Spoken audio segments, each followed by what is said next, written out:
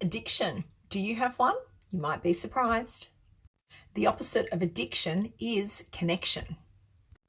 When you crave an addiction, it is really your body trying to say to you that it is craving connection to yourself, to others like friends, family, loved ones, and perhaps to your life and your purpose. Maybe you're not loving what you're doing anymore, and so you are numbing the pain with your addiction. Addictions come in many forms, from social media scrolling to sugar, overeating, alcohol, smoking, drugs, cleaning, gaming, gambling, sex. There is so many forms of addiction.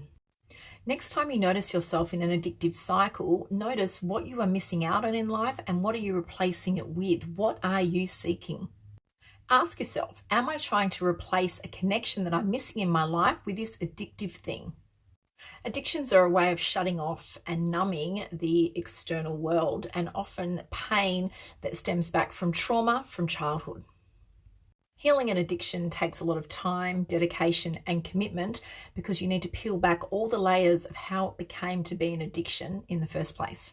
I highly recommend seeing a kinesiologist to get to the root cause of where an addiction started that you may have in your life, and to clear it so that you can move on and forward in life feeling completely connected.